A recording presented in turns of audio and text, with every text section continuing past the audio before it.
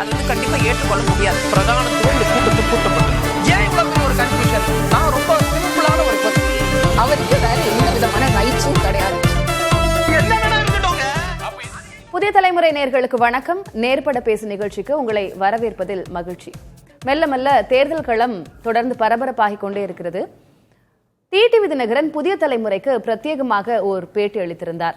NDA கூட்டணியில தற்போது இணைந்திருக்கக்கூடிய நிலையில அவர் பல்வேறு முக்கியமான விஷயங்களை அந்த பேட்டியில சொல்லியிருந்தாரு. அதனை அடிப்படையாக வச்சுதான் இன்னைக்கு நம்ம நேர்பட பேசு நிகழ்ச்சியை கட்டமைச்சிருக்கோம். நம்ம எடுத்துக்கிட்ட தலைப்பு, பன்னீர்செல்வம் சசிகலா இருவரும் அதிமுகவுக்கு பாதகம் நேராமல் நடந்து கொள்வார்கள். தினகரன் அதிமுகவுக்கு ஆதரவாக பன்னீர்செல்வம் சசிகலா, அமித்ஷா பழனிசாமி திட்டம் என்ன என்ற தலைப்புல இன்னைக்கு நம்ம பேச போறோம். 4 விருந்தினர்கள் நம்மோடு இணைகிறார்கள். அறிமுகம் செய்கிறேன். எழுத்தாளர் திரு ஜெயராம்கி, பத்திரிகையாளர் திரு சுவாமிநாதன் நம்மோடு அரங்கத்தில் இணைந்திருக்கிறார்கள். பத்திரிகையாளர் திரு ஷியாம் நேரலை வாயிலாக இணைந்திருக்கிறார். இன்னும் சற்று நேரத்தில் பத்திரிகையாளர் திரு பிரியனும் நம்மோடு இணைகிறார். அவரையும் வரவேற்று நம்ம நிகழ்ச்சிக்கு போலாம். திரு சுவாமிநாதன், நான் உங்ககிட்ட இருந்தே தொடங்குறேன். இப்போ ஓபிஎஸ் மற்றும் சசிகலா அவங்க அதிமுகவுக்கு பாதகம் நேராமல் நடந்து கொள்வார்கள் என்று நான் நம்புறேன் அப்படின்னு டிடிவி தினகரன் இப்போ புதிய தலைமுறைக்கு அளித்த பேட்டியில சொல்லியிருந்தாரு. எப்படி விலகி நிற்பார்களா, ஆதரவு தெரிவிப்பார்களா அப்படின்ற அந்த கேள்வி எல்லாம் இருக்கு. ஒருவேளை ஆமா அவங்க ஆதரவாகத்தான் இருப்பார்கள் அப்படின்னா எந்த வகையில் ஆதரவா இருப்பாங்க? டிடிவி தினகரன் அவர்கள் கூற்று மிகச் சரியானது. முதல்ல எந்த சூழல்லையுமே கடந்த 2021 சட்டமன்ற தேர்தல் ஒரு மிகச்சிறந்த ஒரு முன்னுதாரணம். டிடிவி தினகரன் அவர்கள் அதிமுகவுக்கு எதிராக ஒரு தேர்தல் களம் கண்டாரு. 21 தொகுதிகளில் அதிமுக வெற்றியே பறிக்கப்பட்டிருந்தது. ஆனால் அந்த நேரத்தில் கூட சசிகலா அவர்கள் எந்த விதமான நிலைப்பாடும் எடுக்கல.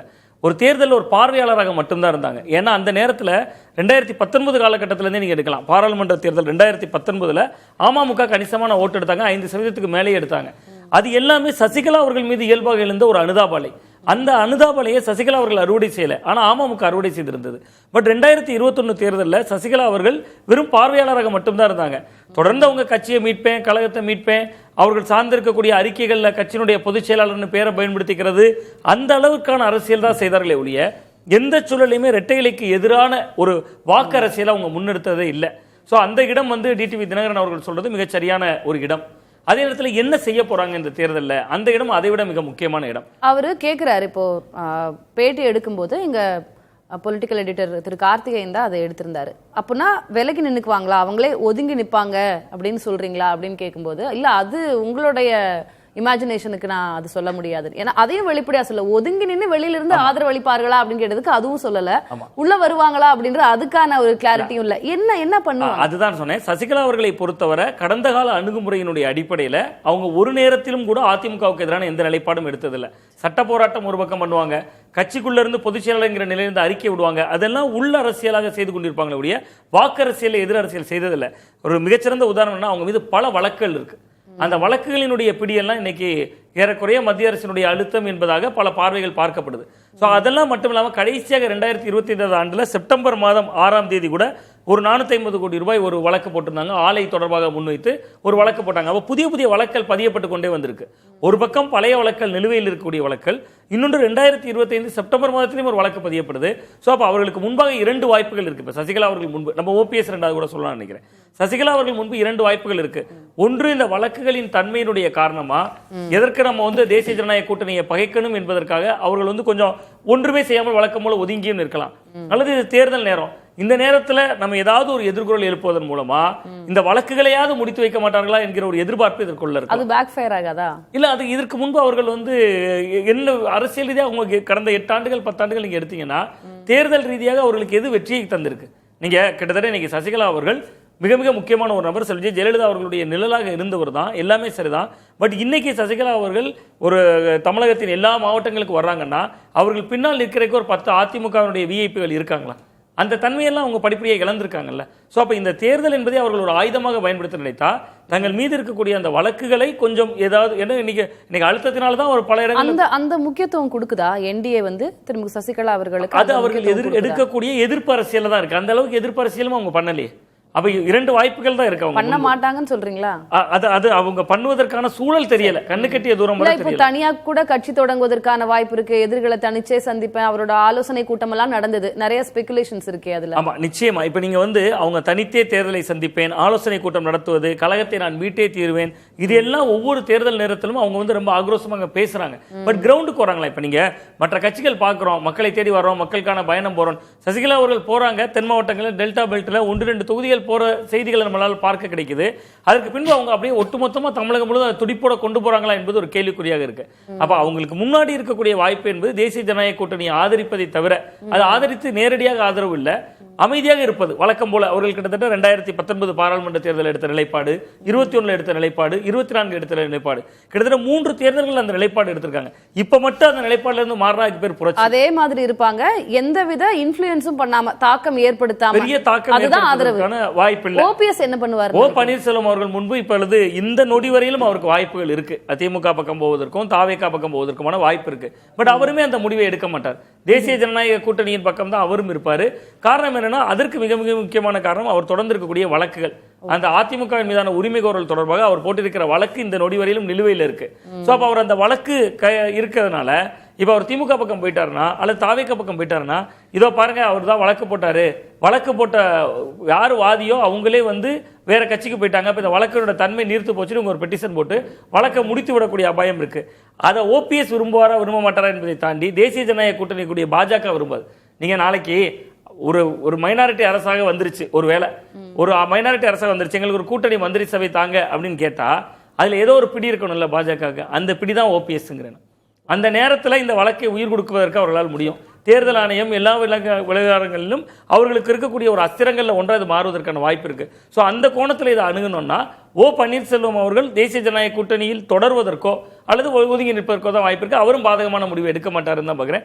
ஒருவேளை அவர் திமுக பக்கம் நகர்ந்திருப்பார்னா, நான் எப்போ போனா ஒரு இடத்துல மதிப்பாங்க, என் பின்னாடி ஒரு பெரும்படை இருக்கு. அவர் முடிவு எடுக்காம இருக்கிறதுக்கு காரணமே அங்கதான், டெல்லி பிஜேபி ஹைகமாண்ட் அழுத்தம் தான். நான் இதுல ஒரே ஒரு கருத்து மட்டும் சொல்ல, அவர் ஒருவேளை திமுக பக்கம் நகர்வாருன்னா, அவர் வைத்தியலிங்கம் போன்றவர்கள் போகிற பொழுதோ, மனோஜ் பாண்டியன் அவர்கள் போகிற பொழுதோ ஒரு பெருங்கடையோட போயிருப்பார். அதான ஒரு மரியாதையான இடமா இருக்கும். கிட்டத்தட்ட 4 சட்டமன்ற உறுப்பினர்கள் 4-ல் 2 ஆயிருக்கு, ஒரு எம்பி அந்த பக்கம் போய்விட்டார். சோ அப்ப அந்த இடம் ஒரு பலவீனமான இடத்துல நம்ம அதை இன்னுமே டீடைலா பேசலாம். திரும்ப சுவாமிநாதன், திரு ஷியாம் சார், நான் உங்ககிட்ட கேட்க விரும்புறேன். இப்போ ஹிஸ்டரி ரிப்பீட்ஸ் இட் செல்ஃப் அப்படின்னு சொல்லுவாங்க. இப்போ இருக்கக்கூடிய இந்த அதிமுக பாஜக இந்த கூட்டணி, தினகரன் வெளில போனது உள்ள வந்தது, இப்போ இந்த சீக்வென்ஸ் எந்த தேர்தலோட நீங்க ஒப்பிடுவீங்க? நீங்க ரொம்ப கரெக்டா கேட்குறீங்க. அதாவது அரசியல்ல கான்டெம்பரரி பாலிடிக்ஸ் தான் ரொம்ப முக்கியம். சமகால அரசியல் இயக்கவியல். போன தேர்தல் மாதிரி இந்த தேர்தல் கிடையாது. அப்போ இருக்கிற நிலைமையே இப்போ நம்ம ஒப்பிட்டு பார்க்கலாம் தவிர அதே மாதிரி தான் இயங்கும்னு சொல்ல முடியாது. அப்போ இதில் ஒரு முக்கியமான விஷயம் என்னன்னு நான் பார்க்குறேன்னா, அரசியல் கூட்டணி தாண்டி ஒரு கோர்ட்டு கூட்டணி இதில் இருக்குது. எது கோர்ட்டு கூட்டணின்னா, ஓபிஎஸும் ஒரு லிட்டிகண்ட்டு, சசிகலாமாவும் ஒரு லிட்டிகண்ட்டு. எந்த விஷயத்தில் யுனைட் ஆகிறாங்கன்னா, அதிமுகவின் உரிமை சம்பந்தமான விஷயங்களில் 2 பேரும் யுனைட் ஆகிறாங்க. இந்த கோர்ட்டு கூட்டணி இயல்பாக அடுத்த கட்டத்தை நோக்கி போக வேண்டும் என்றால், சசிகலா அவர்கள் 2021 மௌனமாக இருந்தது போல இப்போ மௌனமாக இருக்க முடியாது. ஓபிஎஸ் அவர்களும் இப்போ மௌனமாக இருக்க முடியாது. ஏன்னா சசிகலா அவர்கள் 2017 போய் இன்னைய தேதிக்கு அது 2026 தேர்தல் நடக்கும்போது 9 வருஷம் ஆயிரும். 9 வருஷமாக அரசியல் அமைதி காத்தா அது அப்படியே காணாம போக வேண்டியதுதான்.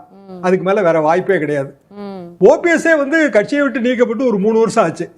இந்த தேர்தலையும் அவர் அமைதி காத்தாருன்னா அப்படியே போக வேண்டியதுதான். தேசிய ஜனநாயக கூட்டணியில் இணையலாம், அதுல தவறு இல்லை. ஆனா அதுல அங்க அவங்களுக்கான சீட் இல்லை. ஏன்னா ஓபிஎஸ் சசிகலா 2 பேருக்கும் 100% வாய்ப்பே இல்லை. அமைதி காக்க முடியாது இந்த தேர்தல்ல அப்படின்னா அவங்க இன்னும் வெளிப்படையா எதுவும் பேசவும் முடியலையே. ஓபிஎஸ் கிட்டயும் ஒரு அதீத அமைதி நிலவுது, என்ன பண்ண போறாருன்னு தெரியல. வெளிப்படையா கேட்டும் பார்த்துட்டாரு, ஆனா அன்னைக்கே டிஸ்மிஸ் பண்ணிட்டாரு எடப்பாடி பழனிசாமி அவர்கள். சசிகலாவும் என்ன பண்ண போறாங்க அப்படின்னு தெரியல. அவங்க என்ன அமைதியா இருக்க கூடாதுன்னா என்ன பண்ணணும், பண்றதுக்கான வாய்ப்பு அவங்களுக்கு இருக்கா இல்லையா, அவங்க பிடி யார் கையில இருக்கு? எம்ஜிஆர் மாளிகை கதவுகள்லாம் சாத்தப்பட்டு விட்டது, இனி அது திறப்பதற்கு வழி இல்லை. அப்படி என்றால் எனது நண்பர்கள், உள்ளார்ந்த நண்பர்கள், அவர்கள் சொல்வது என்னவென்றால், ஓபிஎஸ் அவர்களுக்கும் சசிகலா அவர்களுக்கும் ஒரு இணக்கமான சூழல் நிலவுது, ஏதோ ஒரு பேனர்ல அவங்க யுனைட் ஆக போறாங்க. அந்த பேனருக்கான வாய்ப்பு டெல்டாலையும் தென் மாவட்டங்கள்லையும் இந்த வாய்ப்பு எதிலிருந்து வருகிறதுன்னா அந்த முக்குளத்து ஓட்டு வங்கியில தான் வருது. ஒருவர் வந்து ஒரு கம்யூனிட்டியில பிறக்கிறதுனாலே கம்யூனிட்டி ஐக்கான் ஆக முடியாதுங்க. எல்லாரும் ஏதாவது ஒரு கம்யூனிட்டியில நம்ம பிறந்தானே இருப்போம். நம்ம எப்படி அந்த கம்யூனிட்டியோட ஐக்கான் ஆகும்? கம்யூனிட்டிக்கு நீங்க செஞ்சு கொடுத்துருக்கணும்.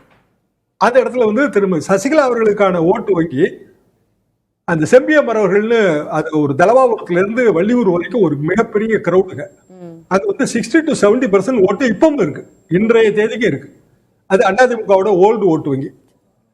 அப்போ போன முறை அமமுக என்ன பண்ணுச்சு? அதிமுகவோட வெற்றி வாய்ப்பை ஸ்பாயில் பண்ணுச்சு. இந்த முறை யார் பண்ணுவா? இவங்க 2 பேர் தான். அதாவது அவங்களுக்கு வேற மாவட்டங்கள்ல செல்வாக்கு கிடையாது. ஆனா இந்த மாவட்டங்கள்ல அவங்க வந்து சில ஆயிரம் இப்ப அவங்களுடைய அரசியல் நிலைப்பாடு என்னன்னு தெரியல. கண்டிப்பா என்டிஏக்குள்ள வர மாட்டாங்க, வந்தா ஆதரவாயிடும். வெளியில இருந்து ஆதரவு அப்படின்னா ஒன்றா அமைதியா இருக்கணும், இல்ல ஆதரவு நிலைப்பாட்டை எடுக்கணும். ஸ்பாயில் பண்ணுவாங்கன்னா எப்படி பண்ணுவாங்க? பிஜேபி ஹைகமாண்ட் அதுக்கு விடுவாங்களா? அதாவதுங்க, பிஜேபி இப்ப இருக்கிற நிலைமையில பெரிய அளவுக்கு அவங்க வந்து அவங்க வில் பவரை த்ரஸ்ட் பண்ற நிலைமையில எல்லாம் அகில இந்திய அரசியல் இல்ல. அதான் உண்மை. மோடி அவர்கள் இருக்கிற நெருக்கடியே பெரும் நெருக்கடியா இருக்கு. இல்லைன்னா இந்நேரம் வந்து தமிழ்நாட்டுல கேக்குறேன். ஏன்னா ஓபிஎஸ் அவர் சார்ந்த வழக்குகள் இருக்கு. சசிகலா அவர்களுக்கும் அவங்க வரலாறு திரும்பி பார்த்தோம்னா நிறைய சட்ட சிக்கல்கள் இருக்கு. அதெல்லாம் அவங்களுக்கு பிரச்சனை கொடுக்காதா? வழக்கு இல்லாத அரசியல்வாதி யாரு அப்படின்னா ஒருத்தநாடு வைத்தியலிங்கம் பேர்ல வழக்கே கிடையாதா? அவர் இப்படி திமுகவுக்கு போனாரு. வழக்குக்கு பயந்து அரசியல் பண்ண முடியாதுங்க, எப்போதுமே பண்ண முடியாது. ஒரு காம்ப்ரமைஸ் ரீச் அவுட் பண்ணுவாங்க, அது ஒரு அண்டர்ஹேண்டா நடக்கிறதா நான் இல்லைன்னு சொல்லல. ஆனா அரசியல் எதிர்காலம்னு வரும்போது வெறும் வழக்குக்காக மௌனம் சாதித்தல் என்பது கிடையவே கிடையாது, எந்த காலத்திலும் கிடையாது. அப்போ டிடிவி வந்து போன முறை வேட்பாளர்கள் நிறுத்தினாரு. அமித்ஷா வந்து டிடிவி எல்லாம் கூப்பிட்டு பேசுனதுதான் எல்லாருக்கும் தெரியும். அப்போ அவர் மேல வழக்கு இல்லையா? 2019 இருந்து எப்ப நமக்கு காலம் கணிந்து வரும்போது அப்போ அது சரியா வரும். இதுதான் எல்லா அரசியல்வாதியோட எதிர்பார்ப்போம். அப்ப இன்றைக்கு வந்து நீங்க ஏதாவது ஒரு வகையில அரசியல் ரீதியாக நம்மள ப்ரூவ் பண்ணணும். ப்ரூவ் பண்ணாதான் 2029 வாய்ப்பு இருக்கு. இப்ப வந்து ப்ரூவே பண்ணல அப்படின்னா இனி வாய்ப்பே கிடையாது. நம்ம பேசலாம். ஒதுங்க வேண்டும், ஒதுங்க வேண்டும். இல்லைன்னா வந்து அவர்கள் வந்து அதை வாள் எடுத்து உருவ வேண்டும், வேற வழியே கிடையாது. ஒதுங்க வேண்டும், இல்லைன்னா வாளை உருவ வேண்டும் அப்படின்றதா உங்களுடைய பார்வையா இருக்கு. திரு பிரியன் அவர்கள் கிட்ட கேட்கிறேன். திரு சுவாமிநாதன் ஒரு கருத்தை முன் வச்சாரு. ஓபிஎஸ் சசிகலா ஒன்னா அவங்க வெளியில இருந்து ஆதரவு கொடுக்கிற மாதிரி இருக்கும், இல்ல அமைதியாக இருக்கிற மாதிரி இருக்கு. ஏன்னா என்டிஏ பாஜகவுக்கு பாதகம் விளைவிக்க மாட்டார்கள். திரு ஷியாம் அவர்கள் சொல்றதுன்றது இந்த முறையாவது அவங்க ஏதாவது ஒரு ஆக்ஷன் எடுத்தாகணும். அதிமுகவை எப்படி கடந்த முறை டிடிவி தினகரன் ஒரு 20-21 இடங்கள்ல அவர் ஸ்பாயில் பண்ணாரு, இந்த முறை அவங்க ஸ்பாயிலரா தான் செயல்படுவாங்க. நீங்க எப்படி பார்க்குறீங்க? என்ன பண்ணுவாங்க? அவங்களுக்கான வாய்ப்புகள் என்ன இருக்கிறதா புரிஞ்சுக்கிறீங்க திரு பிரியன்? இல்லை, அதாவது என்டிஏக்கு பாதகமாக நடந்துக்கிறாங்களா அதிமுகவுக்கு பாதகம், அதுலேயே ஒரு வித்தியாசம் இருக்குது. ஏன்னா என்டிஏ கூட்டணிக்குள்ளே அதிமுக இருக்குது. அதிமுகவுக்கு பாதகமாக நடந்துக்கிறதுக்கான வாய்ப்பை வந்து நம்ம ஒதுக்கி தள்ள முடியாது. என்டிஏன்னா அதில் பாஜகவும் சேர்ந்துருக்கு. பாஜகவோட ஓரளவுக்கு காம்ப்ரமைஸ் பண்ணிட்டு அதிமுகவை எதிர்க்க ஒரு நிலைப்பாடு எடுத்தாங்கன்னா, என்டிஏ கூட்டணியில தானே அதிமுகவும் இருக்காங்க. இப்போ நீங்க என்டிஏவை எதிர்க்கிறீங்கன்னா அதிமுக போட்டி போற இடத்துல எதிர்த்தாங்கன்னா அப்படி கூட பண்ணலாம்ல. நாங்கள் பாஜக நேஷனல் லெவலில் என்டிஏ கூட்டணி நாங்கள் ஆதரிக்கிறோம். ஆனால் அதிமுக எங்களுக்கு லோக்கலில் எதிரி, அது போட்டி போகிற இடத்துல தோக்கடிப்போம்னாங்கன்னா. ஆனால் அவர் தினகரன் என்ன எக்ஸ்பிரஸ் பண்ணுறாருன்னா பாதகமாக நடந்து கொள்ள மாட்டார்கள், அதிமுகவுக்கு ஆதரவாக நடந்துப்பாங்களான்னா எதுவும் பண்ணிட மாட்டாங்கன்னு நம்புறோம் அப்படின்றாரு டிடிவி. எதுக்காக அதிமுகவுக்கு ஆதரவா நடந்துக்கணும்? எல்லாமே இவங்க தான். அவங்க எல்லாம் அம்மாவின் ஆட்சியை விரும்புபவர்கள், அதனால அவங்க அப்படி அம்மாவின் ஆட்சி வரப்போறது இல்லைங்க, எடப்பாடி ஆட்சி தான் வரப்போகுது. எடப்பாடி ஆட்சி அம்மா ஆட்சி இல்லைன்னு சொன்னவர் தான் தினகரன். அவரே போய் சேர்ந்துட்டார். நீங்க கேட்கலாம் ஒரு கேள்வி. இப்போ சசிகலாவுக்கும் ஓபிஎஸ்க்கும் 2 பேரையும் சேர்க்கவே மாட்டேன்றார். இவங்க தானா வாலண்டியரா போய் வந்து எடப்பாடி முதலமைச்சர் ஆகிறதுக்காக உதவி பண்ணணுமா? இவங்க ஒரு என்ன பொலிட்டிக்கல் நெசசிட்டி அவங்களுக்கு இருக்கு? எதுக்கு அவங்களுக்கு வந்து தேவையில்லை, இல்ல அவங்களுக்கு பண்ணணும்ன்ற விருப்பம் இல்ல, ஆனா அவங்க ஆதரவு கொடுக்கிற நிலைக்கு தள்ளப்படுகிறார்கள். பாஜக பிரஷர் பண்ணுமே, ஏதாவது அவங்களுக்கு நெருக்கடி இருக்கான்னு கேக்குறேன். பாஜக பிரஷர் பண்ணுமேன்னு சொல்றீங்க நீங்க. அது பண்றதுக்கான வாய்ப்புகள் இருக்கு. அந்த நெருக்கடியை தாண்டி தான் அவங்க வரணும். ஆக்சுவலா இவங்க அதிமுகவை பலப்படுத்த விரும்புறாங்க 2 பேருமே. ஆனா இவங்கள நான் சேர்க்கவே மாட்டேன்னு இபிஎஸ் விடாப்படியா இருக்கார். ஈவன் பார்த்தீங்கன்னா தினகரனும் கிட்டத்தட்ட எடப்பாடியை எதிர்த்து தான் ஒரு பாலிடிக்ஸ் பண்ணார் தினகரன். அவரே வந்து இப்போ அம்மாவின் ஆட்சின்னு சொல்லி அங்கே போயிருக்கார். சரி, அவருக்கு ஒரு ரீசன் இருக்குது, அவர் போயிருக்கார். அது எலக்ட்ரோரல் பாலிடிக்ஸில் அந்த ஓட் பேங்க் என்ன ஆகுன்றதை நம்ம பொறுத்து இருந்து தான் பார்க்கணும். ஆனால் இவங்க 2 பேர் அவரோட விஷயம் வேற. அவர் ஒரு தனி கட்சி வச்சிருந்தார், அவர் போய் என்டிஏல இணைஞ்சார். இவங்க விஷயம் வேற. இவங்க 2 பேரும் அதிமுகவில் தன்னை இணைக்கணும்னு ஷாம்ஜார் சொன்ன மாதிரி சசிகலாமாவோட கேஸு, ஓபிஎஸோட கேஸ்லாம் இருக்கு. அதான் உங்ககிட்ட கேட்கணும்னு நினைச்ச திரு பிரியன், இப்போ சசிகலா அவங்க எதிர்கொள்ளக்கூடிய சட்ட சிக்கல்கள் இந்த விவகாரத்துல அது ஒரு செல்வாக்கு செலுத்துதா? ஆமாவா? இல்லை, சட்ட சிக்கல்கள்னு ஒன்று இருக்குது. அதாவது ஒரு சட்ட ரீதியான ஒரு பொதுச் செயலாளர்னு ஒரு கிளைம் இருக்குல்ல, அவருக்கு ஒரு கிளைம் இருக்குது, இவர் ஒருங்கிணைப்பாளர்னு ஒரு கிளைம் இருக்குது. அந்த சட்ட சிக்கல்கள்லாம் இருக்கும்போது அதெல்லாம் வித்ரா பண்ணிட்டு அதிமுகவுக்கு சப்போர்ட் பண்ணணும்னு என்னங்க அவசியம் இருக்குது? எடப்பாடியை சீஃப் மினிஸ்டர் ஆக்கணும்னு அவசியம் என்ன இருக்குது? சசிகலாவுக்கும் ஓபிஎஸ்க்கும் என்ன இருக்குது சொல்லுங்க. அவங்களுடைய வழக்குகள் அது மேல அவங்களுக்கு ஏதாவது சரிங்க, இதில் வந்து ஒரு கை ஓசையாக இருக்கே, அந்த சைட்லேருந்து ஒன்றுமே வராது. இவங்களே இப்போ வாலண்டியராக எல்லாம் பண்ணணும் அப்படின்னா என்ன நெசசிட்டி? எதுக்காக எடப்பாடியை சீஃப் மினிஸ்டர் ஆக்கணும்? ஏதாவது ஒரு ரீசன் சொல்லுங்கள். எடப்பாடிக்கு அதிமுக ஒன்றுபடுத்தணும் ஒரு ஆர்வம் இருக்கா? அவங்க எல்லாரையும் அவர் வின் பண்ணுவோம்னு நினைக்கிறாருல்ல. தினகரன் இல்லாதையே கூட வின் பண்ணணும்னு நினைச்சார். அப்புறம் பாஜக உள்ள பூந்து தினகரன் உள்ள கூட்டு வந்தாங்க. வாதத்துக்கே வர்றேன், புரிஞ்சுக்கிறதுக்காக கேட்கிறேன். அவங்களுக்கு தேவையில்லை, அப்படி ஸ்ட்ரென்தன் பண்ணணுன்ற அவசியம் இல்லை. ஆனா இப்போ வரைக்கும் சசிகலா கிட்டையும் ஒரு அமைதி தெரியுது. அதே போல திரு ஓபிஎஸ் அவர்களும் அவருக்கு ரொம்ப கண்கூடு. ஏன்னா ஒன்னா திமுகக்கு போயிருக்கலாம், இல்ல தாவக்கு போயிருக்கலாம். அவருக்கான நேரடியான வாய்ப்புகள், பிரகாசமான வாய்ப்புகள் நிறைய இருந்தது. ஆனாலும் அவர் அமைதி காத்திருக்கிறார் அப்படின்னா என்ன? ஏதாவது அவருக்கு நெருக்கடி இருக்கா அப்படின்னு கேட்கிறேன். அவர் வந்து ஒன்று அமைதியாக இருப்பார், இல்லை வந்து அவர் ஒரு பொலிட்டிக்கலாக ஒரு இதை எடுப்பார். அவருக்கு வந்து அவரை பொறுத்த மட்டும் அவர் அதிமுகவில் ஒருங்கிணைப்பாளர்ன்றதுல அந்த இடத்துல போகணும்னு நினைக்கிறார் அவர். ஆக்சுவலாக சசிகலாவை பொறுத்த மட்டும் அவங்க ஒரு விஷயத்தில் தெளிவாக இருக்காங்க. ரெட்டையிலை எழுத்து நம்ம எதுவும் பண்ணக்கூடாது, ரெட்டையிலை சிம்பிள் எழுத்து நம்ம போட்டி போடக்கூடாதுன்னு அவங்களுடைய பாயிண்ட்டாக இருக்குது. நான் என்ன கேட்குறேன்னா, இவங்களெல்லாம் சேர்த்துக்க வேண்டியது, கட்சியை பலப்படுத்த வேண்டியது எடப்பாடியுடைய கடமை இல்லையா? இப்போ எடப்பாடி அந்த கடமையிலேருந்து அவர் ஹாயாக உட்காந்துருப்பாரு. பாஜக உள்ள பூந்து இவங்களெல்லாம் சைலண்ட் பண்ணணும், இல்லை இவங்களெல்லாம் அங்கே சேர்க்கணும் இங்கே சேர்க்கணும், சேர்க்காத இருக்கணும், எல்லா முடிவும் பாஜக எடுப்பாங்களா? என்ன இப்போ அமித்ஷா பழனிசாமி திட்டம் என்ன? அமித்ஷா பழனிசாமி திட்டம் ஒன்றும் இல்லை, இவங்க 2 பேரும் சேர்க்க மாட்டேன்னு தான் அவரோட திட்டம். ஆனால் அமித்ஷா திட்டம் வந்து இவங்களை ஏதாவது சேர்த்துடலாம், சேர்த்து நம்ம டெல்டாலையும் சவுத்துலையும் ஓட்டு வாங்கலான்றது எண்ணம். பட் இவங்க சேர வேண்டிய கட்டாயம் என்ன இருக்குது? இப்போ பாஜகவோட ப்ரெஷரில் சேர்ந்தாங்கன்னா 2017 இந்த அதிமுகவோட உள்கட்சி பாலிடிக்ஸில் பாஜக நடந்து கொண்ட விஷயம் என்ன? தர்ம யுத்தம் 1, 2 எல்லாத்துலேயும் பார்த்தீங்கன்னா தொடர்ந்து பாஜகவுடைய இது இருக்குது. சமீபத்தில் சசிகலா ஒரு அறிக்கை விட்டாங்க, இவர் வைத்தியலிங்கம் போன போது சில சுயநலமிகள் செல்ஃபிஷ் ஆளுங்க கையில் வந்து கட்சி மாட்டிக்கிச்சு அப்படின்னு எடப்பாடி தான் தாக்கினாங்க அந்த அறிக்கையில்.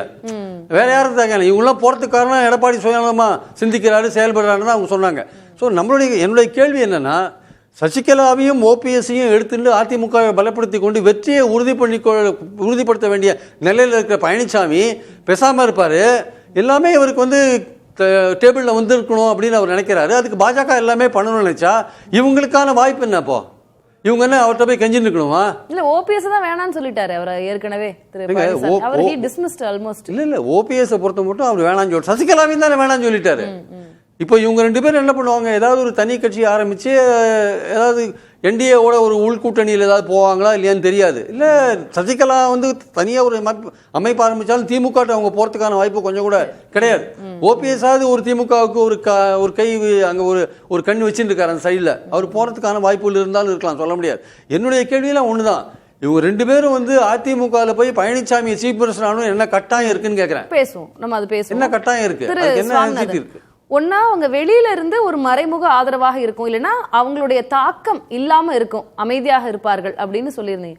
திரு பிரியன் அவர்கள் கேட்கறது, அப்படி உங்களை ஸ்ட்ரென்தன் பண்ணணும்னு அவங்க 2 பேருக்கு என்ன அவசியம் இருக்கு? இவ்வளவு பிரச்சனைகளை எதிர்கொண்டவங்க, நாங்க வர்றோம்னு சொன்னதுக்கு அப்புறமும் அவரு டிஸ்மிஸ் பண்ணவர், அவரை முதலமைச்சர் ஆக்கணும்னு ஏன் நினைக்க போறாங்க? இப்போ எடப்பாடி பழனிசாமி அவர்களை முதலமைச்சர் ஆக்குறதால உங்களுக்கு எந்த லாபமும் எப்படி இல்லையோ, அது மாதிரி தனித்து இவர்களே ஒரு அமைப்போ ஏதோ ஒரு பக்கம் தாய்ந்தோ இருக்கிறதுனாலையும் நிறைய சிக்கல்கள் இருக்குல்ல.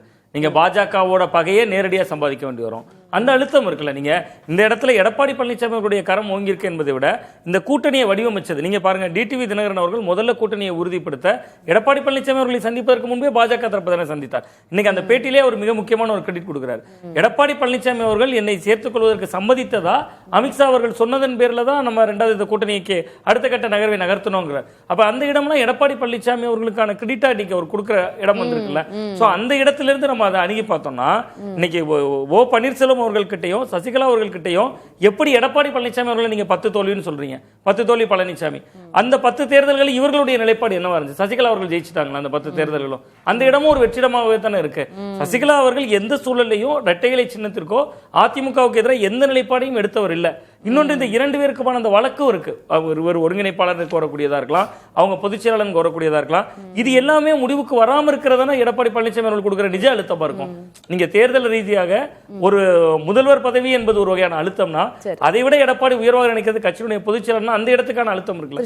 இல்ல அவங்களுக்கு இப்போ தனியா இருக்கிறதுனால எந்த விதமான ஆதாயமும் கிடையாதுன்னு ஒரு விஷயத்தை சொல்றாரு. கரெக்ட். ஆனால் தனியா இருக்கிறது மூலமா எடப்பாடியை வீழ்த்த முடியும்ல. அந்த அவங்களுடைய அந்த அந்த அதிமுக அரசியலில் நீங்க எங்களுக்கு ஒற்றுமைப்படுத்துறதுக்காக எங்களை நீங்க அழைக்க மாட்டேன்றீங்க, எங்களை உதாசீனப்படுத்துறீங்க, ஓரம் கட்டுறீங்க. இப்போ உங்களுக்கு ஒரு பாடம் கற்பிக்கணும் அப்படின்னு அவங்க ஒதுங்கி இருந்து அவங்க அதிமுக போட்டி போடுற தொகுதியில் ஏன் வேலை செய்யக்கூடாது? ஏன்னா இது அரசியலில் இவ்வளவு தூரம் இறங்கி வந்தாச்சுங்க.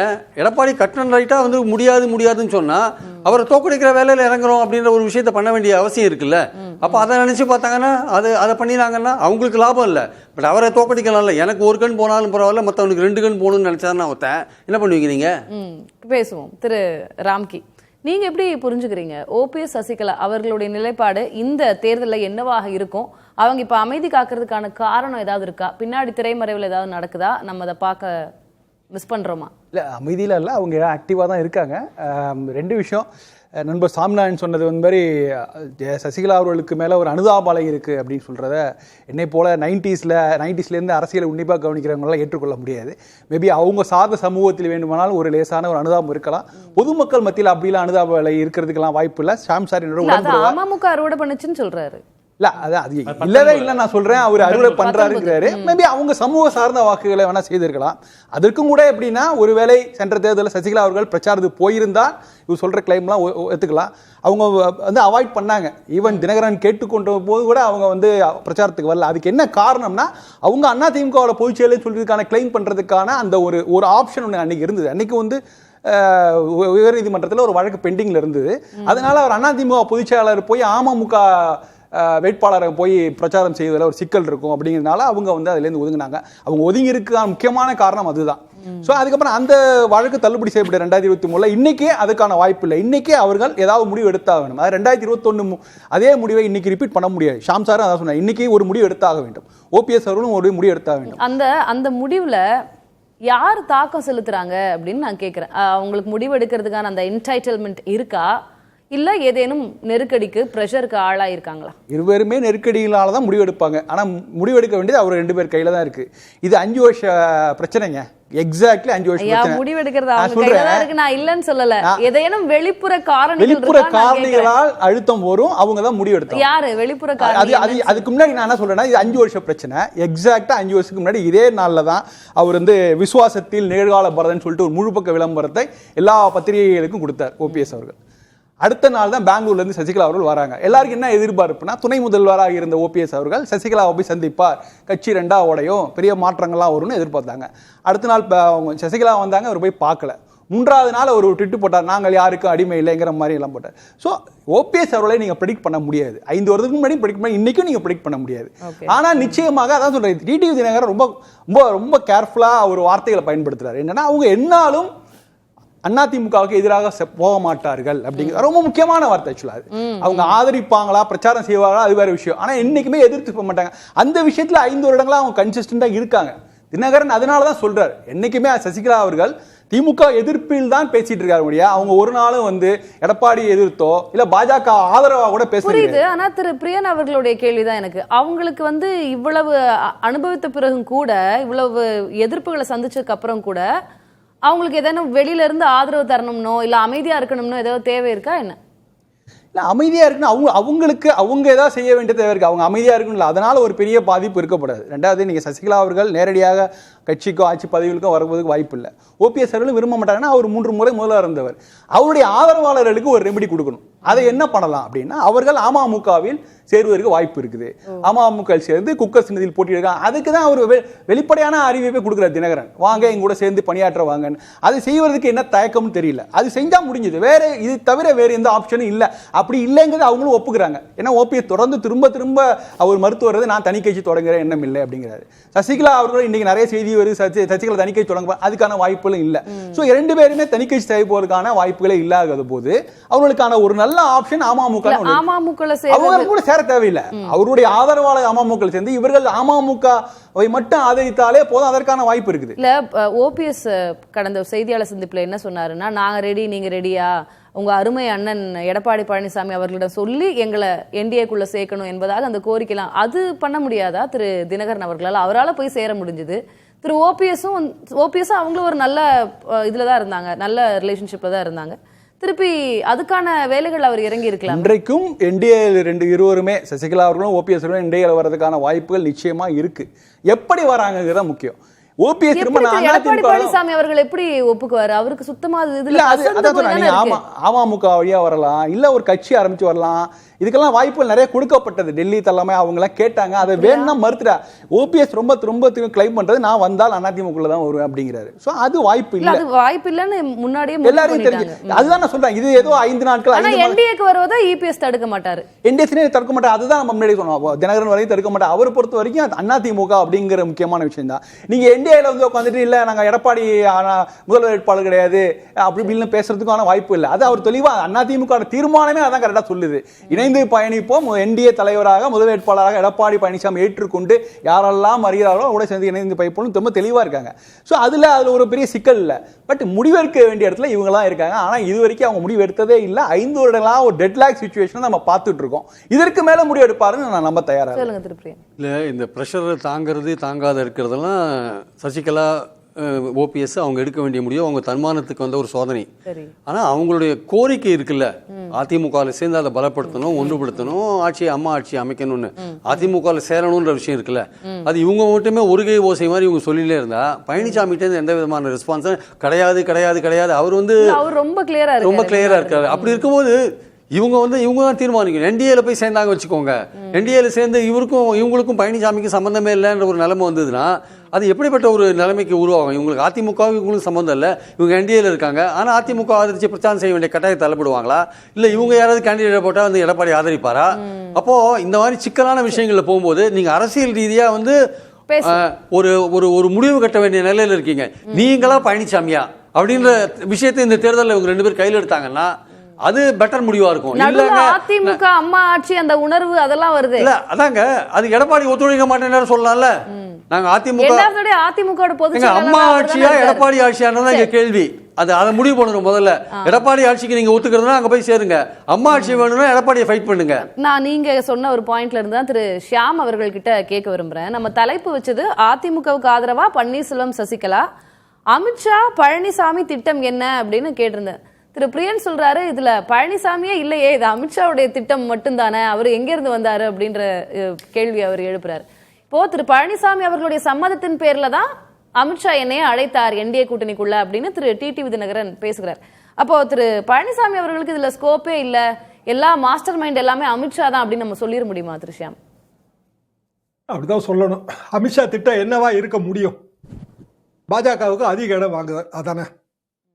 பாஜகவுக்கு அதிக இடம் வாங்குறதுனா யாரை நிர்பந்தம் பண்ணணும்? எடப்பாடி பழனிசாமி தானே நிர்பந்தம் பண்ணணும். ஓபிஎஸ் எல்லாம் நிர்பந்தம் பண்ண முடியாதுல்ல. அப்ப எடப்பாடி பழனிசாமியை நிர்பந்தம் பண்ணணும்னா அவருக்கு ஒரு த்ரெட் வைக்கணும். இப்ப இந்த டாக் வர்றதுக்கு காரணமே வந்து அமித்ஷா தான். அதாவது சசிகலா அவர்கள் ஓபிஎஸ் அவர்களா இணைந்து வேட்பாளர்கள் நிறுத்த போறாங்க அப்படிங்கிற டாக் எங்க இருந்து வருது? பிஜேபி தான் வருது. என்ன காரணம்னா அப்பதான் இங்க நிர்பந்தம் ஆகும். ரைட்டு. இப்போ ரெட்டை இலைய எதிர்த்து நிக்க மாட்டாங்க, கற்பனைவாதம். அப்ப பலாப்பழ சின்னம் எது? பரிசுப்பட்டி சின்னம் எது? 2019 பரிசுப்பட்டி சின்னம் எது? 2018 மேலூர் கூட்டம் டிடிவி நடத்தினது அமமுக பேர் அப்பதான் அனௌன்ஸ்மெண்ட். 2017 தாங்க பிரச்சனை. 18 வந்து அமமுக வந்துருச்சு. அப்ப ரெட்டையில ஏத்து நிக்கலையா? இதுவரைக்கும் ரெட்டையில ஏத்தா எல்லாரும் நின்றுட்டு இருக்காங்க. அது ஏன்னா சசிகலா ஒரே ஒரு விஷயம் தாங்க, அவங்க நிக்க முடியாதுங்கிறது தான். அது வேற விஷயம். அவங்க எப்படி தேர்தல் நிக்க முடியாது? அவங்க ஏற்கனவே டிடிவி சைடுல நின்னது தாங்க. சரி, அமமுக தோற்றமும் வளர்ச்சியும் பிரியனுக்கு எனக்கு நல்லா தெரியும். எத்தனை ஜெயா டிவி நிகழ்ச்சி நம்ம பண்ணோம் பிரியன்? யாரெல்லாம் நின்னாங்க? அமமுக சார்பா யாரெல்லாம் நின்னாங்க? சசிகலா ஆதரவாளர்கள் கிடையாது. அதுல யார் செலவு பண்ணா? திரு ஷியாம், என்ன பட்ஜெட்? இல்ல இது புதுசு இல்ல. அப்படி அதிமுகவை எதிர்த்து அவங்க பாதகமாக செயல்பட மாட்டார்கள் அப்படின்னு டிடிவி தினகரன் ஒரு நம்பிக்கை தெரிவிக்கிறார்ல. அப்படிலாம் இல்ல, முன்னாடியே நின்றுருக்காங்க அப்படின்ற தரவுகளும் நம்ம கிட்ட இருக்கு. இப்போ ஏன் அப்படி தினகரன் அப்படி ஒரு நம்பிக்கை தெரிவிக்க வேண்டிய காரணம் என்ன? இல்ல பின்னாடி ஏதாவது காரணத்தை அவர் புரிஞ்சு அப்படி பேசுறாரா? ரீடிங் பிட்வீன் தி லைன்ஸ் நம்ம ஏதாவது மிஸ் பண்றோமா அந்த இடத்துல? இதனால அவங்க பாதகமா செயல்பட மாட்டாங்க அப்படின்னு நம்ம என்ன புரிஞ்சுக்கணும்? டிடிவிக்கான ஞானோதயம் ஒரு மாசமா வந்ததுதான். என்ன ஞானோதயம்? ஒரு மாசமா தானே அது எல்லாமே. ஆமா, அவர் இப்பதானங்க வந்தாரு இந்த கேமுக்குள்ளே. இன்னமும் அமமுக இருக்கிறவங்க எல்லாம் அதுக்கு சரின்னு சொல்லிட்டாங்கன்னா நினைக்கிறீங்க? அதிமுக அழைப்பு விடுக்கிற கூட்டங்களுக்கே போல. சோழிகர்ல பார்த்தி பண்ணாங்க அமமுக முதல் கேண்டிடேட். பாமக என்ன செய்யும்? ஏராளமான கேள்விகளுக்கு விடையே கிடையாது. அப்படின்னா ஓபிஎஸ் சசிகலா மட்டும் எதுக்கு இந்த ரூட் எடுக்கணும்? அப்படியே எடுத்தாலும் அது பிஜேபிக்கு எதிரான ரூட்னு எப்படி நினைக்கிறீங்கன்ற? அதுவும் பிஜேபி ஆதரவு ரூட் தான். திமுக எதிரான ரூட் வேணா வச்சுக்கங்க. எப்படி அதுவும் பிஜேபிக்கு அரசியல் வந்துங்க ஒரு பயங்கரமான மர்ம புதை குழி. இது 1000 கால் பூச்சி. எந்த கால் எந்த பக்கம் நிகருதுன்னு யாருக்குமே தெரியாது. எல்லாமே கான்டெம்பரரி பொலிட்டிக்கல் டைனமிக்ஸ் தான், சமகால அரசியல் இயக்கவியல். இன்னைக்கு நம்ம பேசிட்டு இருக்கிறது நாளை கழிச்சு மாறும். இன்னைக்கு 200 தொகுதி லட்சியம் சொல்லிட்டு இருந்த திமுக 234 தொகுதி லட்சியம் சொல்லிச்சு. இன்னைக்கு சொல்லிச்சா இல்லையா? இளைஞரணி கூட்டத்துல அவங்க ஏதோ ஒரு ரீடிங் வச்சிருக்காங்க. அப்போ இதெல்லாம் எதை நோக்கி போகுது? ஏகப்பட்ட முனைகள்ல போட்டியா அமைக்கிறாங்க. இது பிஜேபி கூட அட்வான்டேஜா இருக்கணும் அவங்க நினைப்பாங்க. பிஜேபி வாங்குற சீட்டுகள்ல ஒன்று அதிக சீட்டுக்கு வாய்ப்பு இருக்கு. அந்த சீட்ல சசிகலாவோ ஓபிஎஸ்ஓ காம்படிஷன் கொடுக்க போறது இல்ல. அப்பனா தமிழ்நாட்டுல 2வது பெரிய திமுக அதிமுகவுக்கு அடுத்தாப்புல ஒரு இணையாக அல்லது அதிமுகவோட அதிகமாக பிஜேபி ஜெயிச்சிரும் அப்படின்னு அமித்ஷா கணக்கு போடலாம்ல. ஓகே. திரு ராம்கி, பிஜேபியோட பிளான் இதுவாக இருக்கிறது. ஷியாம் சார் சொல்றதை நான் புரிஞ்சுக்கிறேன். அவங்க மேபி இவங்க ஏதாவது ஒரு அமைப்பு சார்பா தனித்து போட்டிட்டு ஒரு பெரும்பாலான ஒரு சமூகத்தோட வாக்குகளை பிரிக்கலாம். அது குறிப்பா திமுகவுக்கு போக வேண்டிய வாக்குகளை அது போக விடாமல் தடுப்பதன் மூலமாக அதுவே ஒரு பெரிய பங்களிப்பா இருக்கும் நான் சொல்றதை புரிஞ்சுக்கிறேன். பட் அது ஒரு தற்காலிக அதிமுகவுக்கு போக வேண்டிய வாக்குகளை பிரிப்பாங்க சொல்லுங்க. திமுகவுக்கு போக வேண்டிய வாக்குகள் போகாது, அதிமுகவுக்கு போக வேண்டிய வாக்குகளை அவங்க பிரிப்பாங்க. என்னன்னா போகாதுங்க. இது தற்காலிக தீர்வு தான். ஆக்சுவலா நீங்க இது பண்றதன் மூலமாக நீங்க 2026 தேர்தலில் யார் ஆட்சிக்கு வர வேண்டும் வரக்கூடாதுங்கிறத முடிவு பண்றீங்க. ஆனா இவங்க 8 வருடமாக இவங்களுடைய அரசியல் எதிர்காலத்தை நோக்கி பயணம் பண்ணிருக்காங்க. அடுத்து 4 ஆண்டுகள் என்ன பண்ண போறாங்க? 2029 தேர்தல் என்ன ஸ்ட்ராட்டஜியா இருக்கும்? இவங்க எங்கேயாவது போய் அகாமடேட் ஆகணும், ஏதாவது ஒரு கட்சியில போய் இருக்கணும். அதிமுகவில் இருக்கான வாய்ப்பு இல்லைங்கும் போது வேற ஏதாவது கட்சியில சேரணும், இல்ல அவங்க கட்சி ஆரம்பிக்கணும். சாப விமோசனம் கிடைச்ச மாதிரி இவங்களுக்கு கிடைக்காதா? என்னங்க ராம்கி, டிடிவிக்கு சாப விமோசனம் கிடைச்சதா? நான் சொல்றேன் திமுக டிடிவி 2018 இருந்து இன்னைய வரைக்கும் அவர் வேற டோன். இப்போ திருப்பி அவருக்கு சாப விமோசனம் கிடைச்சிருச்சு. இப்ப இவங்க இந்த டோன் எடுத்தா 2029 சாப விமோசனம் கிடைக்குது, அவ்வளவுதானே? சாப விமோசனங்க அடுத்த 25 ஆண்டுகள் கூட எதிர்காலம். நீங்க திமுக வெளியே வந்தா அதிமுக தான். அவங்க 99 2001 திமுக சேர்ந்து பயணம் பண்ண ஆரம்பிச்சாங்க. அவரு கேட்கறதுல ஒரு பாயிண்ட் இருக்குல்ல திரு ராம்கி, அவ்வளவு கடுமையான விமர்சனத்தை முன் வச்சாரு. நான் போய் எடப்பாடி பழனிசாமியை சிஎம் கேண்டிடேட்டா ஏத்துக்கிட்டேன்னா அதுக்கு தூக்குல தொங்கிடலாம், அதுதான் சூசைட் மிஷன், இப்படி எல்லாம் பேசினாரு. பேசிட்டு இப்ப அங்க அவரால் போக முடியுதுங்கும் போது நீங்க ஏன் ஓபிஎஸ் அமமுக இணையணும், நேரடியா என்டிஏல இணைய வேண்டாம், அதிமுக அந்த ஆப்ஷன்லாம் அவர் ஏன் பேச வேண்டியது இருக்கு? அதுக்கு வாய்ப்பு இருந்ததுன்னா இதுக்கும் வாய்ப்பு இருக்கும்ல. இல்ல அவர் என்னன்னா இது கட்சிகள் தேர்தல் நேரத்தில் ட்ரம்ப் கார்டு மாதிரி தான் இதையும் அவர் பேசினது காரணம் அதுதான். அது நிச்சயமா அவர் வரப்போற இந்தியாக்குள்ள வருது. அமமுக இந்தியாவில் வரதுல ஒன்றும் பெரிய சிக்கல் இல்லை. ஆக்சுவலா அவர் எப்ப சிக்கல் வந்ததுன்னா அவர் நான் எடப்பாடி ஏற்றுக்கொள்ள மாட்டேன்னு சொல்லும் போது தான் சிக்கல் வந்தது. அதை சார்ட் அவுட் பண்ணிட்டார். அவரே தான் சொன்னாரு. அதுல ஒரு OPS தரப்புல ஒரு காம்ப்ரமைஸ் ஆகாதா இந்த மாதிரி? நீங்க ஓபிஎஸ் உள்ள வரணும்னா நீங்க ஓபிஎஸ்ஏ வரணும்னு அவசியம் இல்லையா? அவருடைய ஆதரவாளர், நீங்க அவருடைய ஆதரவாளருக்கு ஒரு ரெமெடி தர்றாங்க, சசிகலா தன்னுடைய ஆதரவாளருக்கு ஒரு ரெமெடி தர்றாங்க, அவங்களும் அமமுக அகாமடேட் பண்றதுல என்ன தவறே இல்லையா? அவங்க அதை வச்சு பிரச்சாரம் இது ஏன் இது 2021 சாத்தியம் இல்லை. ஏன்னா அவங்களுக்கு ஒரு கிளைம் பண்றது இருந்துச்சு. அதிமுக பொதுச்செயலாளர் நானும் அப்ப கிளைம் பண்ணாங்க, இப்ப கிளைம் பண்ண முடியாத சூழல். அப்படி இருக்கும்போது வெளிப்படையா உடச்சி நீங்க அரசியலில் நீங்க நேரடி அரசியல பங்கேற்க விரும்பினா நீங்க ஒரு கட்சியில ஆரம்பிச்சு இல்ல ஏதாவது கட்சியில இணையறதா சரி. அப்ப நீங்க போய் வெளிப்படையா எப்படி பிரச்சாரம் பண்ண முடியும்? நீங்க தேர்தல் எப்படி அந்த சூழல் எப்படி அலோவ் பண்ணுவாங்களே? சோ ஒரு முடிவு எடுத்து தான் ஆகணும். ஒத்திப்பட முடியாது. இன்னைக்கு முடிவு எடுத்து தான் ஆக வேண்டும். பிரச்சாரம் எல்லாம் பண்ண வேண்டாம், பணம் கொடுத்தா போதும். ஒரு முடிவு எடுக்க வேண்டிய சூழ்நிலையில் இருக்கிறார்கள் பன்னீர்செல்வம், சசிகலா அப்படின்ற ஒரு ஐயா கேண்டிடேட்டா நிறுத்த போறாரு, 5 கோடி ரூபாய் தர போறாங்கன்னு பேசுறாங்களா பேசலையா? ஐயா உடனே 5 பைசா கூட இல்லைங்கன்னு வடிவேல் மாதிரி சொல்றாரு திரு சுவாமிநாதன். ஓபிஎஸ் சசிகலா அவர்களுடைய தாக்கம் என்டிஏ கூட்டணி மேல நெகட்டிவா இருந்துடக்கூடாது அப்படின்னு திரு இபிஎஸ் நினைக்கிறாரோ இல்லையோ, ஆனா பாஜக ஹைகமாண்ட் திரு அமித்ஷா நினைக்கிறார். ஓபிஎஸ் சசிகலா அவங்களை எப்படி வேல்யூ பண்ணியிருக்காங்க? ஏன்னா பாஜக ஒரு தேசிய கட்சியா இருக்கு அப்படின்ற அடிப்படையிலையா, தென் மாநிலங்கள் ஏதாவது தாக்கம் ஏற்படுத்துங்கிறதுனாலயா? இல்ல, தென் மாநிலங்கள்ல தென் மாவட்டங்கள்ல கண்டிப்பா தென் மாவட்டங்கள்ல குறிப்பிடத்தகுந்த அளவுக்கு ஏற்கனவே ஒரு சேதத்தை அவங்க உணர்ந்திருக்காங்க அமமுகவால. நீங்க கூட இந்த சுற்றுல கூட நம்ம பேசணும் மேடம். 2021 தேர்தல்ல அமமுகவோட அதிமுகவோட கூட்டணி போகணுங்கிறத அமித்ஷா விரும்பினார். ஆனா எடப்பாடி பழனிசாமி அவர்கள் தான் சம்மதிக்கல அப்படிங்கக்கூடிய ஒரு போக்கு இருந்துச்சு. இப்ப இந்த சூழலை பொருத்தி பாருங்களேன். அதிமுக சேர்த்துருங்கன்னு ஓபிஎஸ் விரும்புகிறார், அதிமுக சேர்த்துருங்கன்னு சசிகலா அவர்கள் விரும்புகிறார். இப்பவும் எடப்பாடி பழனிசாமி அவர்கள் தானே சம்மதிக்கல. அதே கோரிக்கை தான் அமித்ஷாவும் சொல்றாரு, சேர்த்துக்கங்க, இணைந்திருங்க அப்படிங்கறத வலியுறுத்துறாரு. அப்போ போன தேர்தலில் எடப்பாடி பழனிசாமி அவர்கள் ஒரு உறுதி நிலைப்பாட்டில் இருந்தார்.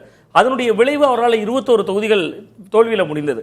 இந்த முறை ஓபிஎஸ் அவர்களோ சசிகலா அவர்களோ ஏன் ஒரு இக்கட்டான சூழலில் கூட ஒரு முடிவு எடுக்க மாட்டாங்க, ஏன் தேர்தலை கண்டெஸ்ட் பண்ண மாட்டாங்க? அதெல்லாம் செய்திருந்தால்தான் எடப்பாடி பழனிசாமி அவர்களுக்கு அது அழுத்தமாக மாறி இருக்கும். பிரியன் சார் அவர்களோ சாம் சார் அவர்களோ சொல்லக்கூடிய கருத்து மிக முக்கியமான கருத்து. அவர்கள் குறிப்பிடுவதை போல இவர்கள் எதிர்த்து களம் கண்டா அது எடப்பாடி பழனிசாமி அவர்களை ரொம்ப பலவீனப்படுத்தும். பட் அதையெல்லாம் விட மிக முக்கியமா எதிர்த்து களம் கண்டுட்டாங்க, அதிமுகவோட தோல்விக்கும் காரணமா அமைஞ்சிட்டாங்க. ஏதோ ஒரு வகையில் அது பாஜக மனதை அதிருப்தி ஏற்படுத்திருச்சுன்னா, சங்கடத்தை ஏற்படுத்திருச்சுன்னா, எல்லாருக்குமே வழக்கல் நிலுவையில் இருக்கு, வேறு வேறு விஷயங்கள் இருக்கு. சசிகலா அவர்களுக்கு சில வழக்கல் இருக்கு. ஓபிஎஸ் அவர்கள் சின்னம் தொடர்பாக சில நம்பிக்கையோட காத்திருக்கிறார். இன்னொன்னு பாஜகவே இதை விரும்புகிறது. முதல்ல பாஜகவுக்கு இதுல என்ன லாபம் அப்படின்னு பாத்தீங்கன்னா, தேர்தல் நேரத்தில் கூட்டணிக்கு சீட்டு அதிகமா வாங்கிக்க முடியும். நீங்க நாளைக்கு அவர்கள்ட்ட சுட்டி காட்டலாம், அதிமுக தரப்புல சொல்லலாம், பாருங்க ஓபிஎஸ் சின்னம் கேட்டு போட்ட வழக்கல் இன்னும் நிலுவையில் தான் இருக்கு. ஒரு 5-6 மாதங்கள் கடந்திருக்கும் மேடம். கிட்டத்தட்ட எடப்பாடி பழனிசாமி அவர்கள் சொன்னார், தேர்தல் ஆணையத்தின் மீதான வழக்கல, இரட்டைலை தொடர்பான வழக்கல 4 மாதத்தில் முடிச்சு தரணும்னு கேள்வி வைத்திருந்தார். அந்த கோரிக்கை வைத்து இப்ப 5 மாதமோ 6 மாதமோ கடந்துருச்சோம். நீங்க தமிழ்நாட்டின் உரிமைகளை மீட்டு தருவதெல்லாம் 2வது விஷயம். அதிமுகவினுடைய உரிமையை எடப்பாடி பழனிசாமி அவர்களுக்கு மீட்கிறதுக்கான கோரிக்கையை வைத்தார். அந்த கோரிக்கையும் நிறைவேற்றப்படலை. அப்ப இது எல்லாம் ஒன்றோடொன்று பொருத்தி பார்க்கிற பொழுது ஏதோ ஒரு வகையில் ஓபிஎஸ் அவர்கள் தனித்து நிற்கிறத ஒரு செக் மாதிரி அவர் போட்டிருக்கக்கூடிய அந்த தேர்தல் ஆணையத்தில் இருக்கக்கூடிய விவகாரங்களை, சசிகலா அவர்கள் பொதுச் செயலாளர் உரிமை கொடுக்கிற விவகாரங்களை பாஜக தங்களுக்கான ஆயுதமாக பயன்படுத்துற வாய்ப்பு, கூட்டணிக்குள்ளேயே ஆயுதமாக பயன்படுத்துவதற்கான வாய்ப்பு இருக்கு. ஒன்று. இன்னொன்று, இவர்களை போய் நேரடியா நீங்க வேற ஒரு கட்சியில சேர்த்துக்கங்க, தனித்து நின்னுங்கிற ஆசீர்வாதம் கொடுக்குமான்னா நிச்சயமா அதற்கான வாய்ப்பு குறைவாக. இவ்வளவு திரு பிரியன், இவ்வளவு நெருக்கடிகள் இருக்கு. பாஜக உள்ளுக்குள்ள கூட்டணியில இருந்துட்டு பார்கெயின் பண்றதுக்காக, சீட் நெகோசியேஷன் பண்றதுக்காக இதெல்லாம் பயன்படுத்துகிறார்கள் அப்படின்னாலும் கூட திரு எடப்பாடி பழனிசாமி அவர்களுடைய நிலைப்பாடு, ஒரு பக்கம் திமுக கூட்டணி ஏற்கனவே வலிமையா இருக்கு, அதை அவங்க இன்னும் வலுப்படுத்த நிறைய பிரயத்தனம் பண்றாங்க, இன்டாக்டா வச்சுக்கிறதுக்கு முயற்சி பண்றாங்க. திரு பழனிசாமி அவர்கள் என்னவோ வந்து வர போதும் அப்படின்ற மாதிரி அவர் அலட்டிக்காம தானே இந்த விஷயங்களை அவர் கையாளுகிறார். இல்ல, அங்கதான் தப்பு கணக்கு போடுறாரு. அவர் என்ன நினைக்கிறாரு, இந்த பைபோலார் பாலிடிக்ஸ் தான் இன்னும் தமிழ்நாட்டில் இருக்கு, திமுக விட்டு அதிமுக தான் ஓட்டு போடுவான்னு நினைக்கிறார். ஆனா அது இந்த வாட்டி அதுக்கான சாத்தியங்கள் ரொம்ப. நான் எப்படி கேக்குறேன்னா, பாஜக இவ்வளவு பிளான் பண்றாங்க, கையில வச்சுக்கிறது கண்ட்ரோல் பண்றதுக்கு இவ்வளவு ட்ரை பண்ணாலுமே அவர் இல்ல வேண்டாம் வந்த வரைக்கும் போதும் அப்படின்னு இருக்காருன்னா அது என்ன அந்த கான்ஃபிடன்ஸ் கேக்குறேன். அது தினகரன் விஷயத்துல அவர் பணியை வச்சுட்டாங்க, எப்படியாவது கொண்டு வந்துட்டாங்க. அவர் தனி கட்சி ஆரம்பிச்சாரு, அதை ஒரு காரணமா வச்சு அவர் கொண்டு வந்துட்டாங்க. இவங்க 2 பேர் விஷயத்துல பாஜக சொல்லியும் அவர் கேட்காத இருக்கிற ஒரு முக்கியமான விஷயம். ஆனால் அது மாதிரி ஏன் கேட்காத இருக்காரு அப்படின்னா, அது அவருடைய எதிர்காலத்துக்கு அது நன்மை பயக்கிற ஒரு விஷயமா தெரியல ஆக்சுவலா. ஏன்னா அவருக்கு தான் முதலமைச்சராக கனவு இருக்கு ஆக்சுவலா. அந்த முதலமைச்சராக கனவு அவர் இருக்கும்போது அவர் தான் எல்லோரையும் அரவணைத்து கொண்டு போக வேண்டிய கட்டாயத்தில் இருக்கார். நான் வரேன் நாங்கள் வரோம் ஒற்றுமைப்படுத்தலாம்னு சொல்ற 2 பேர் சொல்லும்போது வேண்டவே வேண்டாம் அப்படின்னு சொல்லும்போது உங்க சுயநலம் தான் அதில் தெரியுது. எடப்பாடி பழனிசாமியோட சுயநலம். இவங்க வந்தாங்கன்னா, கட்சிக்குள்ள வந்தாங்கன்னா, நாளைக்கு கட்சி தோத்துட்டு வச்சுக்கோங்க, அவங்க அப்பர் ஹேண்ட் எடுப்பாங்க, உள்ள இருந்தாங்கன்னா அப்பர் ஹேண்ட் எடுப்பாங்க, அவருடைய தலைமைக்கே பிரச்சனை வரும். அப்போ இவங்க வரவே தேவையில்லை, நம்ம தோத்தாலும் பரவாயில்ல, கட்சி நம்ம கிட்ட இருக்கணும்னு அவர் நினைக்கிறார். அதனால இவங்க சேர்க்க மாட்டேன்னு நினைக்கிறார். இப்போ இவங்களுக்கு என்ன தலையெழுத்து? என்டிஏவோட சேர்ந்து எடப்பாடியை முதலமைச்சர் ஆக்கணும்னு என்ன உங்களுக்கு தலையெழுத்து இருக்கு? நாங்க ஒதுங்கியே நிற்கிறாங்க கூட வச்சுக்கோங்க, இல்லை ஒதுங்கி நிற்கிறாங்க, இல்லை வேற ஒரு உள்ளடி வேலை செய்யறாங்க வச்சுக்கோங்க, இல்லை அவங்க 2 பேரும் சேர்ந்து ஒரு அமைப்பு ஆரம்பிக்கிறாங்க வச்சுக்கோங்க, ஏதோ ஒன்று பண்றாங்க வச்சுக்கோங்க. ஆனா இவங்க கிட்ட இருக்க ஒரு பெரிய தப்பு என்னன்னா, தினகரன், ஓபிஎஸ், சசிகலா 3 பேரும் பண்ண பெரிய தப்பு என்னன்னா, எடப்பாடி இவங்களை சேர்க்க மாட்டாருன்னு 1.5-2 வருஷத்துக்கு முன்னாடி தெரியும். இவங்க 3 பேருக்குள்ள ஒரு ஒற்றுமை இருந்ததுன்னா அவங்க 3 பேர் ஒன்று சேர்ந்து ஒரு அமைப்பை ஃபார்ம் பண்ணிருக்கலாம். இத்தனை நேரம் அது ஒரு வலிமையான அமைப்பா எடப்பாடி பழனிசாமியை வழித்து கொண்டு ஒரு அமைப்பா ஈரோடு கிழக்குல அண்ணாமலை பேச்சை கேட்டு பாஜக பேச்சை கேட்டு நீங்க வாபஸ் வாங்கினீங்கல்ல ஓபிஎஸ்லாம், அதெல்லாம் பண்ணிருக்கூடாது. அன்னைக்கே உங்க 3 பேரும் ஒன்னா இருந்து ஒரு ஸ்ட்ராங்கா இருந்தாங்கன்னா எடப்பாடி பழனிசாமி வழி கொண்டு வந்திருக்கலாம். இப்போ இவங்க பிரிஞ்சிருக்காங்க. சோ பிரிஞ்சிருக்கிறவங்களை நீங்க டார்கெட் பண்றது ரொம்ப ஈஸி. அதுதான் பாஜக பண்றாங்க ஆக்சுவலா. திரு ராம்கி, நான் அதே கேள்விதான் உங்ககிட்டயும் கேட்க விரும்புறேன். திரு எடப்பாடி பழனிசாமி அவர்களுடைய அந்த ஒரு ஆட்டிடியூட் இருக்கு இல்லையா, திமுக திருப்பி இன்டாக்டா இருக்கிறதுக்கு அவங்க முயற்சி பண்ணிட்டே இருக்காங்க. இப்பதான் ஒரு ஷேப்புக்கே வந்திருக்கு. அது ஒரு பெர்செப்ஷன் தானே. சூழல் மாறும்போது அந்த பெர்செப்ஷன் மாறாதா? அவரு இவ்வளவு கட்சிகள் இருந்தா போதும், ஓபிஎஸ் அவர்களுடைய வாக்கு வங்கி அதெல்லாம் தேவையில்லை, அந்த சமூக வாக்கு தேவையில்லை அப்படின்னு நினைக்கிறாரா? இல்ல, அப்படிலாம் அண்டர் எஸ்டிமேட் பண்ணல. அப்படி பண்ணியிருந்தாருன்னா பல ஈவன் டெல்டா பகுதியில் கூட முக்குழுத்துவ சமூகம் சார்ந்த நிறைய பேருக்கு பதவிகள் கொடுத்துருக்க மாட்டார். ஸோ அதனால அடுத்த தலைமுறை ஓபிஎஸ் ஆஸ் ஒரு எக்ஸிஎம் அவருக்குன்ற ஒரு வாக்கு வங்கி இருக்குல்ல, ஓபிஎஸ் ஆஸ் எக்ஸிஎம் இருந்தாலும் கடந்த முறை பலாப்பழம் என்ன ஆச்சு இல்ல, நீங்க அது மட்டும் இல்ல, 3 முறை முதல்வர் இருந்தவர், அது இல்லாம அதிமுக காரர் சசிகலா, அதிமுக இதெல்லாம் தாண்டி இதெல்லாம் கொஞ்சம் படிப்படியாக குறைஞ்சிட்டே வருது. ஏன்னா அவங்களுடைய ஆதரவாளர்கள்லாம் நகர்ந்து திமுக போறாங்க. அப்படி இருக்கும்போது அவங்க அது நீங்க சொல்றது நிஜமா இருந்தால், அவங்க ரொம்ப பரம விசுவாசியா இருந்தேன்னா அவங்க திமுக பக்கமே போயிருக்க மாட்டாங்க.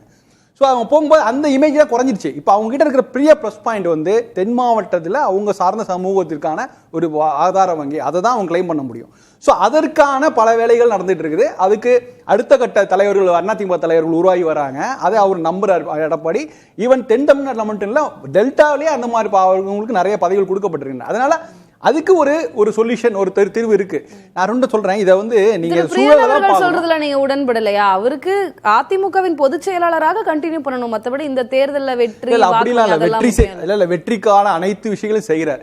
சென்ற முறை 2021 நண்பர் சொன்ன மாதிரி 2021 தேர்தலில் அந்த நேரத்தில் 10% இடஒதுக்கினால் தென் மாவட்டங்கள் நடந்த கசப்புணர்வை அறுவடை செய்தது தினகரன் கட்சி. அது முழுக்க ஏதோ எடப்பாடி அதிமுகவுடைய பிரான்ச், அதில் அதிமுக தலைமை எதிர்த்து கொள்ளி கேட்டவங்களாம் இல்லை.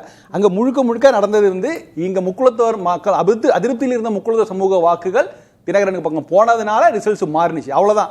அன்னைக்கு சூழல் அப்படி இருந்தது. இன்னைக்கு அந்த மாதிரியான சூழல் இல்ல. அது அது கடைசி நேரத்தில் அறிவிக்கப்பட்ட இது பெரிய பேக் ஃபயர் ஆனிச்சு. அதுதான் அங்க உண்மை நிஜம். அது எல்லாரும் ஒப்புக்கலாம், எடப்பாடி தரப்பு ஒப்புக்குவாங்க. ஸோ இன்னைக்கு சூழல் மாறி இருக்கு. இன்னைக்கு அதுக்கான தயார் ரெடியா இருக்கு. இதுல போய் நீங்க அதிமுக தலைமையா பாஜக தலைமை செய்வதற்கு எதுவும் இல்லை. மோரோவர் எல்லா ஆப்ஷனையும் கொடுக்கப்பட்டிருக்குது. எல்லா ஆப்ஷனும் உங்களுக்கு கொடுத்துருக்காங்க. தனி கட்சி தொடங்க மாதிரி ஓபிஎஸ்சி கேட்டுக்கொள்ளப்பட்டார். அது எல்லாமே இல்ல, நான் செய்ய முடியாதுன்னு சொல்லிட்டு இருக்கும்போது எப்படி அகாமடேட் பண்றது? அப்ப அதனால முடிவெடுக்க வேண்டியது அவர்கள் கையில தான் இருக்குது. இதுல மத்தவங்க செய்யறதுக்கு ஒண்ணு இது இல்ல. நேரம் குறைவா இருக்கிறதுனால திரு ஷியாம் அவர்கள்கிட்ட கேட்டு நான் வைண்ட் அப் பண்ண நினைக்கிறேன். திரு ஷியாம், இன்னைக்கு கிரவுண்ட் ரியாலிட்டி அதிமுகவினுடைய ஓட் ஷேர் என்னவா இருக்கு? திரு பன்னீர்செல்வம், சசிகலா இதுல தாக்கம் ஏற்படுத்த முடியும் அப்படின்னா என்ன தாக்கத்தை ஏற்படுத்த முடியும்? அதிமுக ஓட் ஷேருங்கிறது தனிப்பட்ட முறையில் அதிமுக மட்டும் 25% கண்டிப்பா இருக்குங்க. கண்டிப்பா பிஜேபிக்கு காங்கிரஸோட கூட ஓட் ஷேர் ஜாஸ்தி, 7 to 10% பிஜேபிக்கு மட்டும் தனியா. அதிமுக கூட்டணி ரொம்ப சோடையெல்லாம் போகல. திமுக கூட்டணியும் கடுமையா வேலை பார்க்க வேண்டிய கட்டாயத்துல தான் இருக்குது வெற்றி கொள்ளணும்னா. அப்போ அதிமுக ஓட்டு வங்கியில், அதிமுக கூட்டணி ஓட்டு வங்கியில ஒரு டென்ட்டை ஏற்படுத்துறது மூலமாகத்தான் நம்ம விரும்புற அரசியல் மாறுதலை கொண்டு வர முடியும்னு சசிகலாமா நினைப்பாங்க. அடிப்படையில் இயல்பாகவே நம்ம ஆதரவாளர்களுக்கு பாதுகாப்புங்கிறது ஒன்று, நம்ம குடும்பத்து வாரிசுகளுக்கும் பாதுகாப்பு வேணும்ல. அப்போ அவங்களுக்கான வாய்ப்பையாவது எடப்பாடி பழனிசாமி கொடுத்தாருன்னா அது வேற விஷயம். அவர் கொடுக்கல. சசிகலாவோட தூரத்து ரிலேட்டிவ் கூட அங்க வாய்ப்பு இல்லை. இந்த இடம் நெருடலான இடம். அப்ப இந்த போராட்டம் நடந்துதான் ஆகும். ரைட் நன்றி வேற வழி திரு இல்லைங்களே. ஷியாம். எஸ் ரைட் நன்றி. இப்ப எனக்கு ஒரு வார்த்தையில ஒரு சென்டென்ஸ்ல இந்த தலைப்பை சம பண்றதுன்னா எப்படி பண்ணுவீங்க? ஒரே விஷயம் தாங்க. அதாவது எடப்பாடி பழனிசாமி கொஞ்சம் தீர யோசிச்சு எல்லாரையும் அரவணைச்சுட்டு போனார்னா இந்த மாதிரி பிரச்சனை எல்லாம் வந்திருக்காது. அதிமுகவுக்கு டஃப் கொடுத்துருக்கலாம் நல்லா. ஆனா இன்னைக்கு இந்த மாதிரி சூழலை உண்டாக்கினதுக்கு முக்கியமான காரணம் எடப்பாடி பழனிசாமி தான். நிச்சயமாக இந்த தேர்தலில் அவர்கள் அமைதியாக இருப்பதற்கான வாய்ப்பு தான் எனக்கு தெரிந்து ரொம்ப பிரகாசமாக இருக்கு. வெகுண்டெல்லாம் எழமாட்டாங்களா இவங்க சொல்ற மாதிரி? வெகுண்டு எழுவதற்கான வாய்ப்பு மிக குறைவாக இருக்கு. ஏன்னா ஒரு 8 ஆண்டுகள் அவங்க வந்து இதாக இருந்து விட்டதுனால திடீர்னு ஒரு 2 மாதம் அமைதியா இருக்கிறதா ஆபத்து அதிகங்க. அமைதியா இருக்கிறதா ஆபத்து அதிகம். அமைதியா இருக்க சொல்லி பாஜக பிரஷர் பண்றாங்க. அது உண்மைதான். அதை தாண்டி அவங்க வருவாங்களான்றத முக்கியமான கேள்வியான ஒரு இடம். அதுக்கு வழக்கல் நிறைய இருக்கிறது ஒரு காரணமா இருக்கலாம். இன்னும் ஒன்னே ஒன்று சொல்றேன், டிடிவி தினகரன் அவர்கள் இந்த கருத்தை சொல்லியிருந்தாலும் கூட நேற்று சசிகலா அவர்களை சந்தித்து தன் கட்சியினுடைய மாணவரணி செயலாளர் அவங்க நீக்கியிருக்காரு. அப்ப அந்த இடத்துல இருந்தே பிணக்கமும் இருக்குங்கிறது தெளிவாக. எது எப்படி இருந்தாலும் கிளைமாக்ஸ் என்பது பிப்ரவரி 24 ஜெயலலிதா அவர்கள் பிறந்த தினம். அன்னைக்கு வந்து நாங்கெல்லாம் ஒரு தாய் மக்கள் அம்மா பிள்ளைகள் சொல்லி எல்லாம் ஒன்று கூடி அவங்க அங்கே இது மீட்டிங் நடத்தி எதாவது பண்ணுவாங்க. ஸோ பிப்ரவரி 24 வரைக்கும் நம்ம இந்த விஷயத்துல கொஞ்சம் வெயிட் பண்ணலாம் அப்படின்னு. அது சோர்ஸா இல்ல ராம்கி அதை எதிர்பார்க்கிறாரா அப்படின்னு தெரியல. நன்றி 4 பேருக்கும் நன்றி. மீண்டும் ஒரு நிகழ்ச்சியில் சந்திக்கலாம் நேயர்களே. நன்றி, வணக்கம். அது வந்து கண்டிப்பா ஏற்றுக்கொள்ள முடியாது. பிரதானத்துவம் இந்த கூட்டத்தில் கூட்டப்பட்டது.